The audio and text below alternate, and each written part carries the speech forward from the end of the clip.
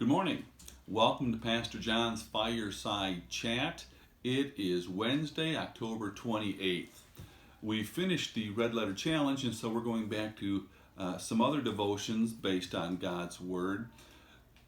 And what I'd like to share with you today has to do with how God changes our attitude when it comes to how we deal with situations in life.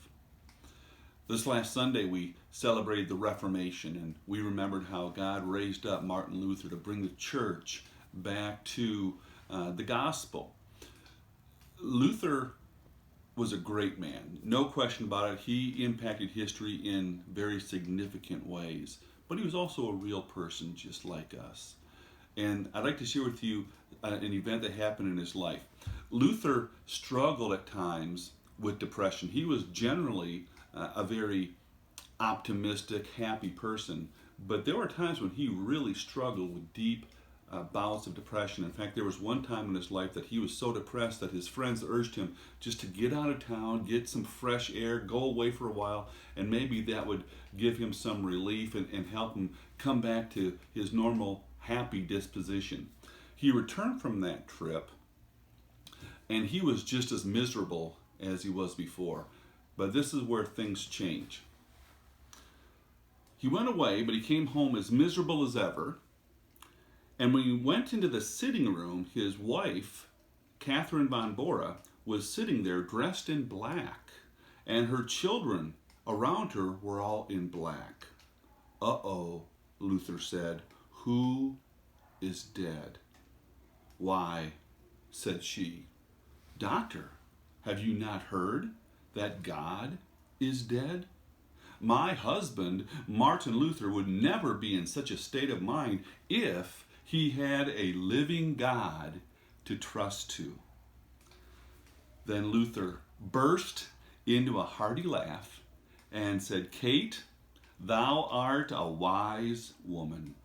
I have been acting as if God were dead, and I will do so no more. Go and take off thy black." After she left the room, according to legend, Luther went over to his writing desk and he carved into that wooden desk the Latin word vivat, which means he lives. I wonder how often we fall into the same trap that Martin Luther fell into every once in a while, living as if God were dead.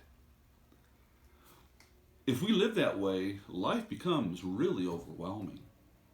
But when we remember that he lives, it really does change how we live. In face of the coronavirus, we need to remember he lives. When the elections are over next week and someone wins and someone loses, God's people need to remember he lives. In our joys as we get into the holiday season, remember he lives. In our sorrows, remember he lives. In the face of death, remember he lives. And why is this important? Well, Jesus gives us the answer.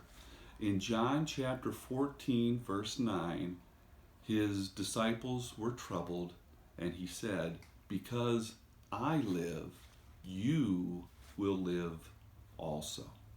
I pray that those two simple but powerful words will transform your life and how you live each day. He lives.